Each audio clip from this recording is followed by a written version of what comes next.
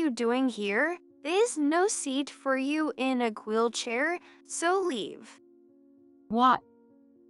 Not only was I shocked, but so was everyone else in the room. Being told to leave a wedding, especially as a family member, was unheard of. I don't understand. You mentioned some accident in your childhood, but maybe it wasn't just your legs. Maybe it's your head too. Don't you understand English? Only individuals without disabilities are needed. She said this so clearly that I was left speechless. At that moment, Tom, who was sitting next to me, stood up. All right, let's go. Yeah? Tom politely nodded to Sarah, then started pushing my wheelchair as we made our way out. The guests who overheard the conversation all stood up at once and began following us to the exit. All 500 guests got up from their seats. Sarah was stunned by what was happening, but just as Tom and I were about to open the door, a loud voice called out from behind us. My name is Catherine, and I'm 30 years old. Currently, I'm working as the CEO of an IT company, with my husband, Tom, supporting me as my right-hand man. I became independent 5 years ago, and the company has grown to the point where we now have about 500 employees. I live a busy life every day. Catherine, we've finalized the deal to implement the new system. Really? I thought the negotiations would be tough because of the high price, but you did great. Yes, we still have some promising leads, so I'll keep pushing forward. A company exists because of its employees. That's why I believe it's important to give back a large portion of the profits to the team. As a result, our company's salaries are much higher than those at other companies, and many employees are highly motivated to work hard. I also dedicated myself fully to work, aiming to set a good example for my team. Catherine, how about grabbing a drink after work today? There's something I want to talk about. Oh, John, I've got a meeting until 7, but if you're okay with that, I'm in. No problem. Just give me a call when you're free. I have an older brother, John, who's 5 years older than me, and he works at our company. He's a brilliant programmer and leads many of our engineers. When I was little, John and I were in a car accident, and I lost the use of both my legs. Since then, John has always taken care of me, and even now, we have a deep bond and trust each other more than anyone else in the family. Sorry I'm late. The meeting ran a bit longer than expected. No worries. Actually, I've got some important news to share. It's been a while since John has spoken to me in such a serious tone. Important news? What could it be? Did something happen? Well, I'm getting married. That's what I wanted to tell you. Really? Congratulations. John was already in his 30s, so it wasn't surprising that he was getting married. It was a happy occasion, but I was also a bit surprised. I never thought you'd be the one to get married, John. I'm planning to tell our parents soon, but I wanted you to know first. We spent the rest of the evening chatting about John's fiancée and having a good time. Even though I had been busy with work, a month later, John brought his fiancée to meet our parents. Nice to meet you. It was my first time seeing John's fiancée, and she was a stunning woman named Sarah. John was handsome, even from his little sister's perspective, and successful at work. I figured his good looks and decent salary had helped him win over someone like Sarah. Seeing the happy couple made me feel genuinely happy too, until Sarah suddenly turned to me. So, you're John's sister, Catherine? Yes, I am. I look forward to getting to know you. Well, I don't intend to take care of you, so don't rely on us. If you end up getting divorced or anything, that's none of our business. With our parents out of the room and John in the bathroom, it was just me and Sarah in the living room. I was shocked because she had been so pleasant and friendly until then. Excuse me? Do you think I'm going to help you with anything? You need to take care of yourself. John may be close to you, but I don't plan on getting along with you. After saying that, she turned away and went silent. Sure, I use a wheelchair, but I lived independently before getting married, and I never intended to rely on anyone. I didn't even ask for anything, yet she said all that. I was a bit taken aback. Of course, I understood not wanting to provide care, but the way she said it left me feeling unsettled. I don't expect you to take care of me, so please don't worry. Well, of course not. Even if you asked, I'd definitely say no. Sarah kept up her condescending attitude the whole time, but I decided not to let it bother me. My parents hadn't heard the earlier conversation, so they had a very positive impression of Sarah. Other than the talk about caregiving when we were alone, nothing major happened that day, and I went home. Life soon went back to normal. 3 months later, even though Tom and I usually lived in a house near the office, I went back to my parents' house for my mom's birthday. John and Sarah were also going to attend. I wasn't too eager to see Sarah again, but there wasn't much point in overthinking it. Besides, the day was about my mom, so I planned to avoid too much interaction with Sarah. It's been a while. What do you want? You don't need to bother greeting me. I'm sorry. I had taken a taxi to my parents' house but got stuck in traffic and arrived about an hour later than planned. When I walked in, Sarah was the only one in the living room. It seemed everyone else had gone out shopping. So, how did you and John meet? Why are you prying into my life? It's creepy. Do you not understand the concept of privacy? It was understandable that she might see it as an invasion of privacy. I hadn't meant to make her uncomfortable, but if I did, I knew I should apologize. I'm sorry. Did I make you uncomfortable? Uncomfortable? Your very presence is uncomfortable. Do you really need me to spell that out for you? There wasn't much I could do about being told that my existence was uncomfortable. Sarah married into the family, so if she didn't like it, she could have just stayed away. Still, I wasn't a child anymore, and arguing wouldn't solve anything, so I took a deep breath and calmed myself. Even if that's how you feel, I'm not asking us to be friends, but we are going to be family, so. And I'm telling you that's what I can't stand. You're not normal, you know that, right? Do you even understand your situation? She was probably referring to my wheelchair.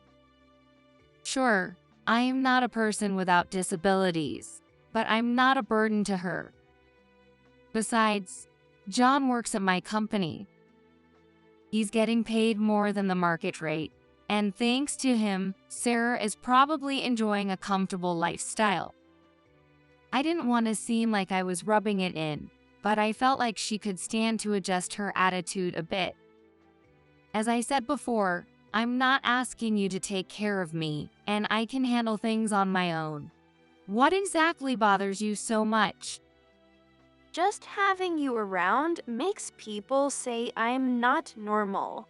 Your very existence is an embarrassment. If I were being completely honest, I'd want to cut ties with you right now. Sarah looked me straight in the eye and said this clearly. She really did despise me. I didn't mind being disliked. I never expected everyone to like me, and I didn't need to be particularly close to Sarah. Of course, it would be nice if we could get along as family, but if that wasn't possible, so be it. I understand. I'll try to avoid interacting with you as much as possible. But today is my mom's birthday, so could you please not bring emotions into this? Don't look down on me. Unlike you, I know how to act appropriately in situations like this. Just because I have a physical disability doesn't mean I lack basic manners.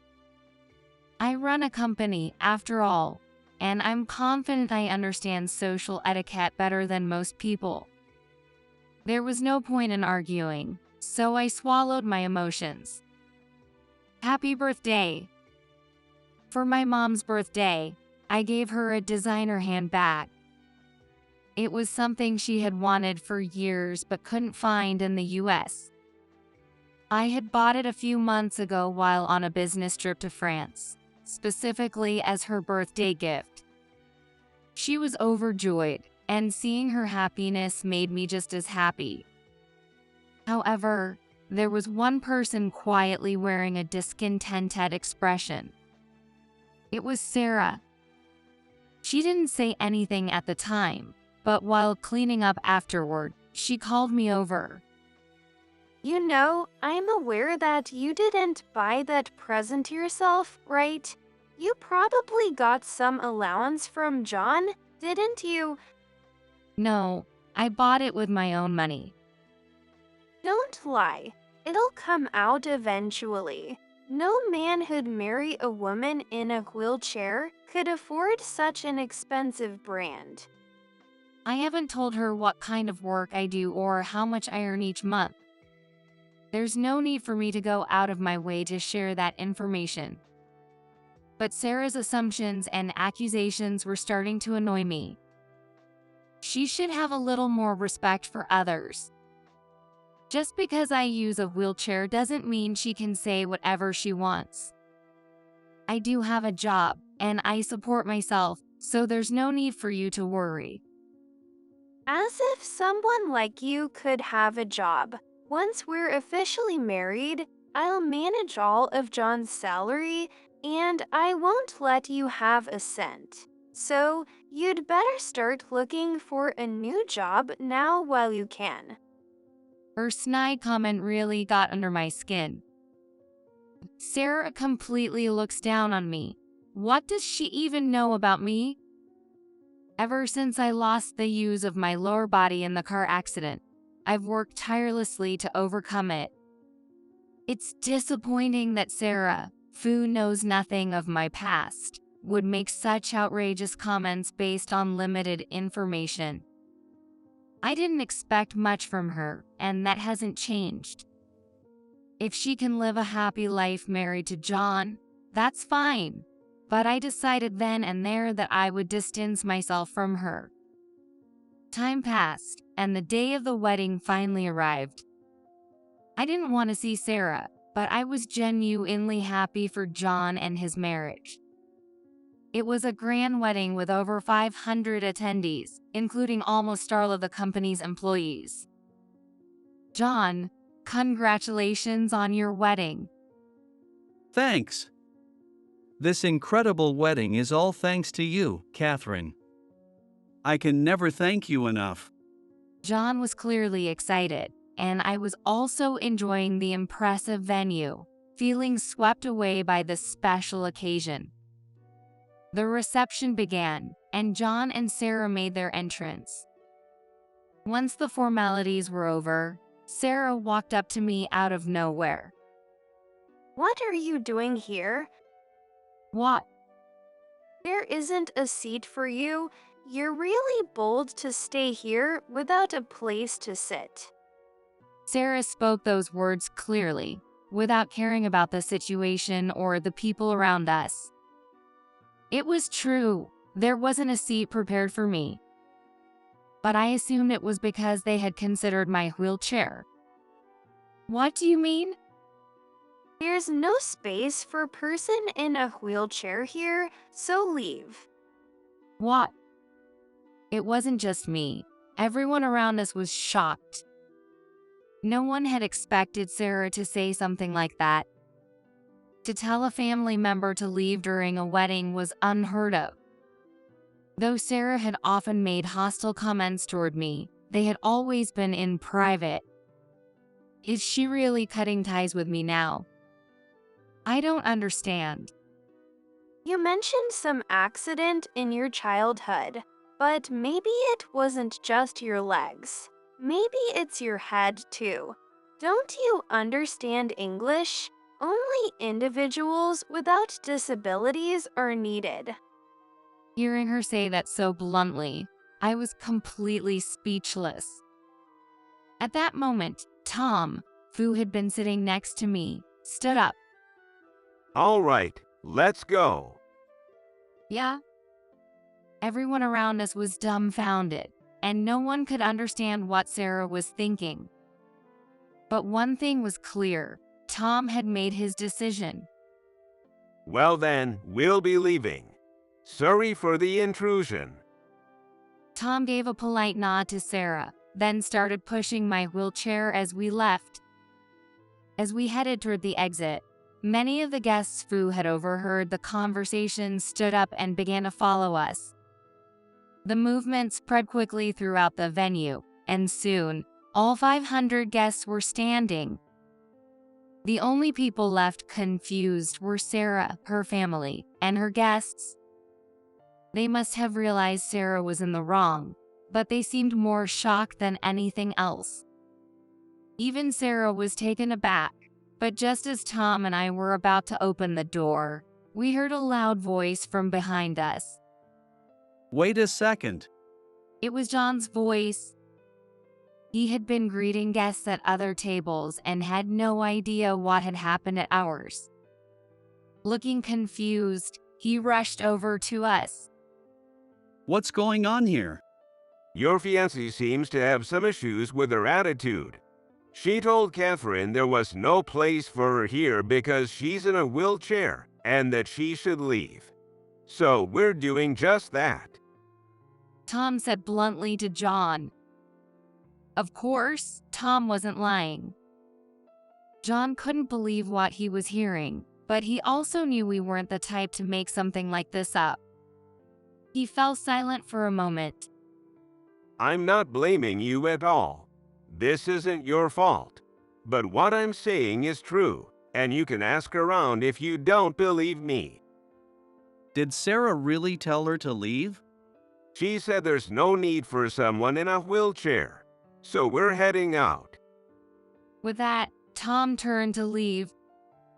I didn't want to stay around Sarah any longer either, and although I felt bad for John, I knew I couldn't accept someone like her as family. She told me to leave, so I'll leave. As I was thinking that, John abruptly apologized. I'm really sorry. Please wait a moment. I'll go talk to Sarah right now. Then, he ran over to Sarah, and in a voice loud enough for the entire room to hear, he began to yell at her. What do you mean, telling Catherine to leave because there's no seat for her? Explain yourself. I didn't mean anything by it. You don't have to be so mad. Enough of the excuses. I don't want to hear it. John never raises his voice when he's angry. I've known this since we were kids. He always explains logically what went wrong and discusses the issue calmly. He's always said that yelling doesn't necessarily solve anything. But here he was, losing his temper. It was clear that, for him, this was something he couldn't tolerate. What do you think Catherine is to me? I told you I didn't mean anything by it. And why is everyone standing up? That's because they're employees at the company Catherine runs. Do you really think they would just stay seated while their boss is being told to leave like this? John shouted, his voice booming. At that moment, Sarah's expression changed. Sarah had been looking down on me simply because I was in a wheelchair. She never imagined that I was the CEO of the company. Wait, is that true? It's true. When I messed up at my previous job and got fired, Catherine was the one who helped me turn my life around. I owe my current life to her. John's voice was loud enough for me to hear clearly from the corner of the room. It was so normal for him to be working at my company that I was surprised to hear how much it meant to him. Not only Catherine, but Tom is also an executive at the company. You've made both of them angry. I didn't know that. I didn't know isn't an excuse. John's angry outburst startled me, but it showed how serious he was. Regardless of all that, Catherine is my beloved sister.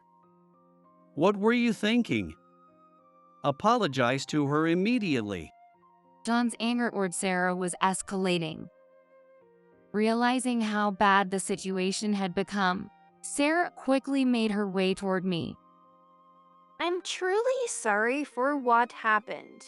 I had no idea you were the CEO. Sarah was desperately apologizing, but I was just tired of it. Whether or not I'm the CEO doesn't matter. Does she even understand what she did? Are you apologizing because I'm the CEO?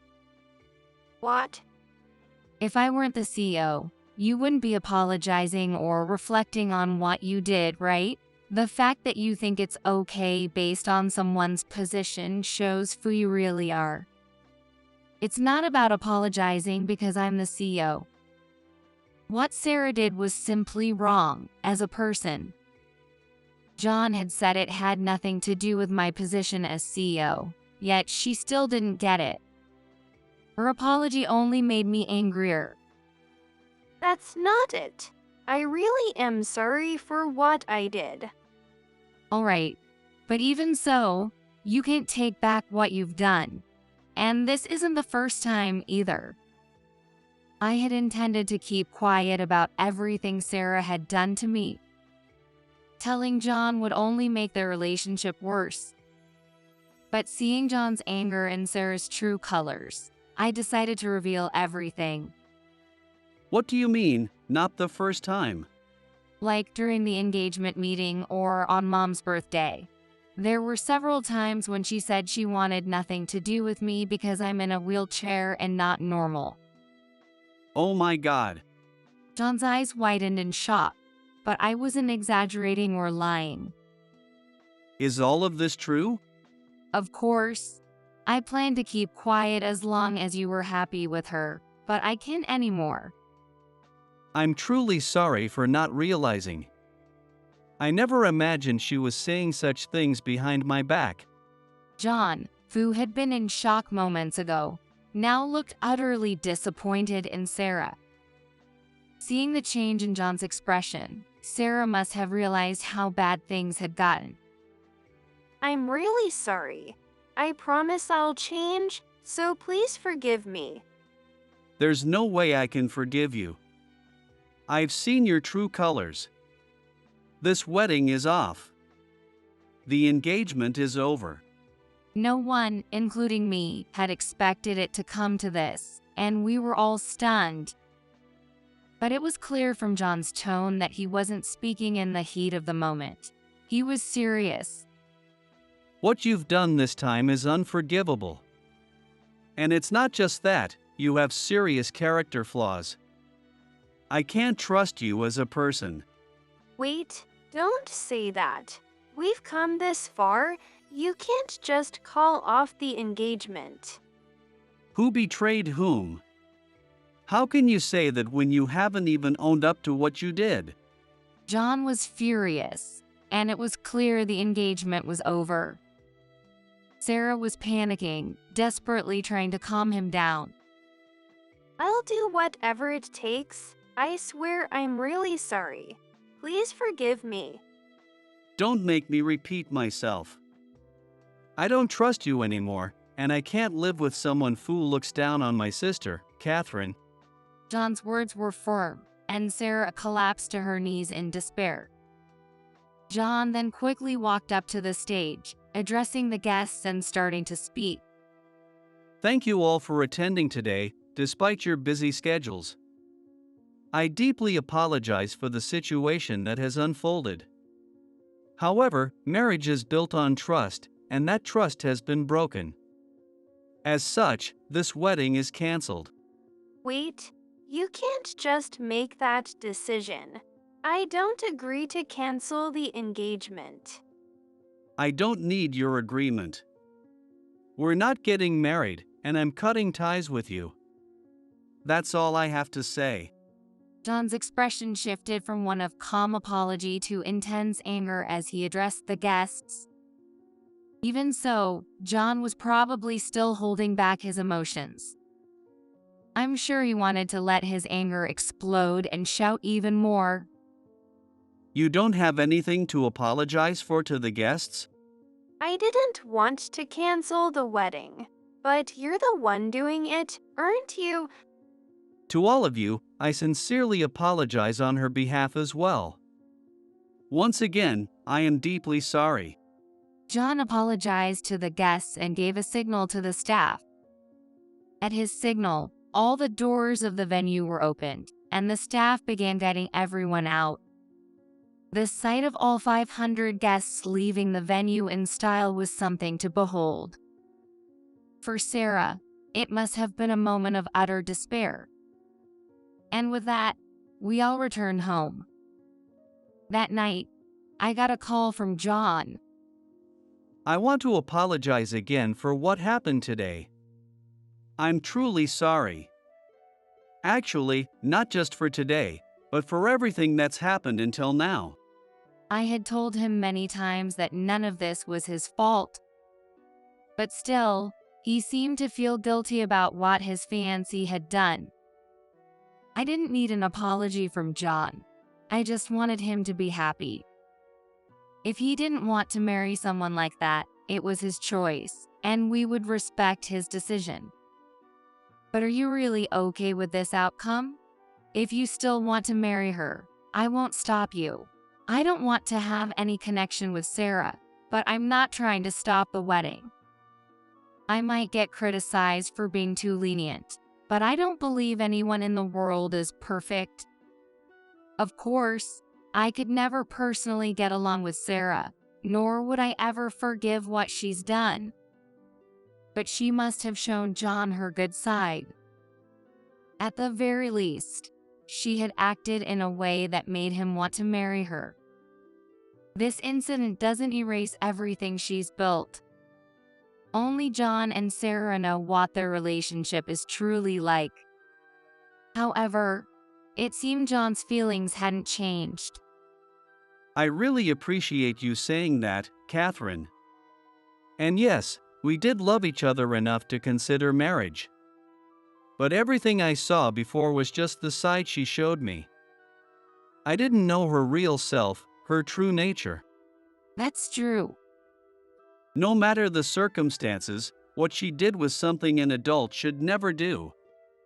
You made me realize that, and I can't thank you enough. I'm sorry for all the trouble, but you really saved me. Hearing John say that made me feel confident that my actions hadn't been wrong after all. It's true that I had exposed everything in the heat of the moment and ruined the wedding.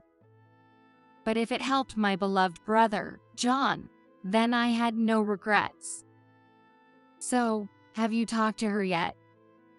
We'll have a detailed conversation soon, and I want you and Tom to be there as well.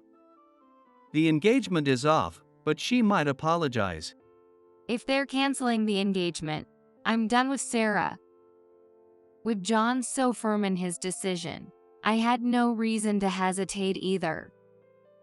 A week later, the day arrived for the four of us to meet and talk. The location was a restaurant nearby. I'm truly sorry. I'll do anything you ask, so please forgive me. Before any of us could say a word, Sarah loudly apologized. But no matter what she does now, it's too late. We aren't here to forgive her. We came to discuss the future, and that's all. We're not here for your apology, and I'm not wasting time on something so pointless. First, I wanted to officially end the engagement. I'm really sorry, but please don't end it. Is it because you already spent all your savings thinking we'd get married? Did you think I didn't know? I was shocked by John's words, and Sarah's face tightened. I looked at John, confused. I noticed you've been spending a lot lately, and now I know why. After the wedding incident, one of the friends at the reception told me you were bragging about marrying into money.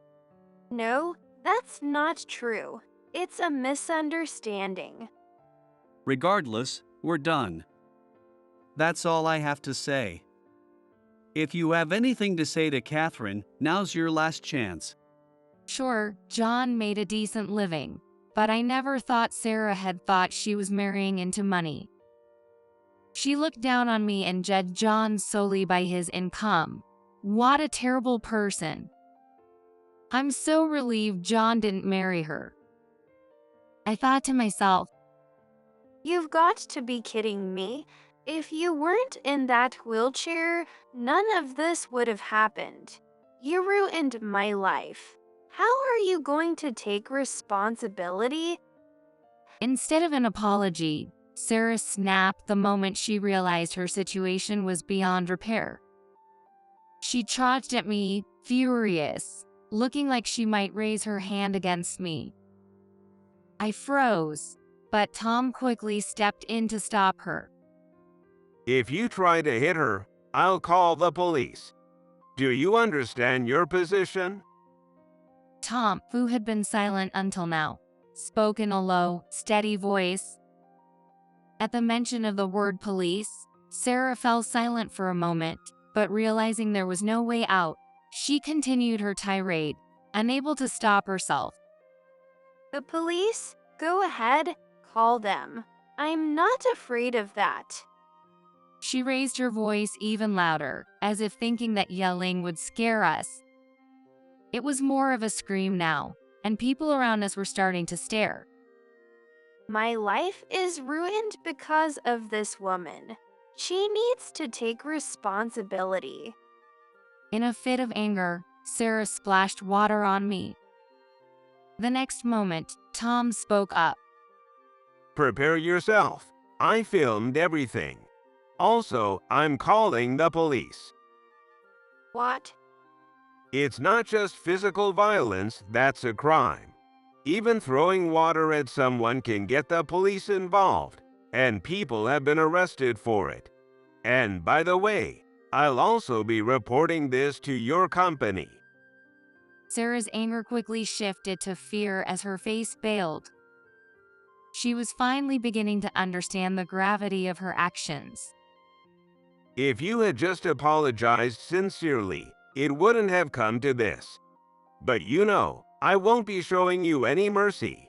I'll definitely contact the police and your company, so be prepared. With that, Tom placed money on the table, pushed my wheelchair, and we left the restaurant. Even as we walked away, Sarah, pale and furious, glared at me with an intense expression. John quickly followed us outside. Catherine, I'm so sorry this happened. And Tom, I apologize to you too. I'm fine. I just feel bad for Catherine, but it shows that people don't change. John apologized to us, but neither Tom nor I were angry at him at all. I'll make sure all the employees know that none of this was your fault, and we'll take care of the rest. So don't stress too much about it. Thank you so much. I never imagined I'd experience something this terrifying, but in the end, I was glad things turned out the way they did. We reassured John one more time before heading home. Actually, one of her co-workers was at the wedding. Word got back to her company, and it looks like she's going to get fired. Really? Is that so? Yeah, it seems fitting given her behavior. She has no savings, and her parents are cutting her off. I don't know what she's going to do next, but that's not my problem. I was surprised by John's news, but when I thought about it, it made perfect sense. People with such poor character inevitably get cut from companies. As a business owner myself, I understood that all too well. After that, we completely cut ties with Sarah. In the end, she was truly disowned by her parents and also had to quit her job. Without any savings, she found another job, but it was at a terrible company, and she soon quit. I hear she's barely making ends meet by working part-time. With no one to help her, she's living a life of solitude. As for me, I'm still happily running my business and enjoying life with my husband. John is also fully focused on his work, and the company's revenue continues to grow. We meet with our parents once a month, and we all enjoy our time together as a close-knit family. Living in a wheelchair is certainly challenging, and I know I might inconvenience others at times. But no matter the reason, it's never okay to look down on someone who is trying their best to live. I want to continue living with pride and cherishing the people who care about me.